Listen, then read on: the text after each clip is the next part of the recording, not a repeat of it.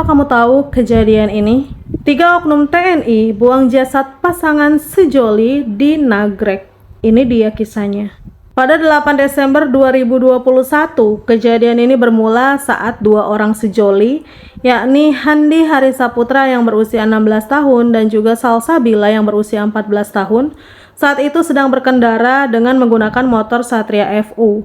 Lalu secara tiba-tiba motor mereka ini ditabrak di dekat SPBU Nagreg oleh mobil Panther. Setelah kejadian, Salsabila ini meninggal dunia di lokasi kejadian karena luka parah di kepala dan patah tulang pada kaki kanannya.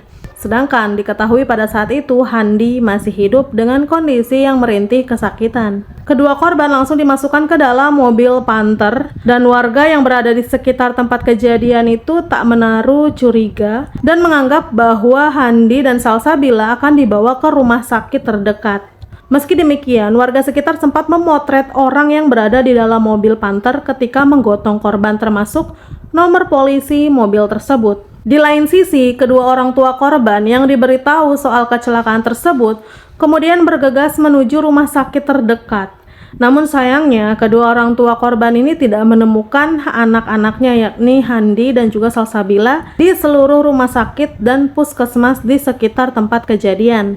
Selang 3 hari kemudian, pencarian terus dilakukan hingga akhirnya jasad keduanya ditemukan jauh dari lokasi kejadian. Pada tanggal 11 Desember, jasad Handi ditemukan di Sungai Serayu, Banyumas. Sementara jasad Salsabila ditemukan di aliran Sungai Serayu, Cilacap.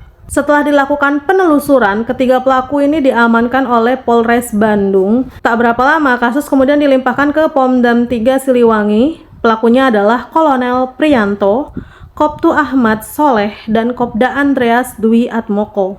Ketiga pelaku ini merupakan anggota TNI Angkatan Darat dan akan menjalani pengadilan militer.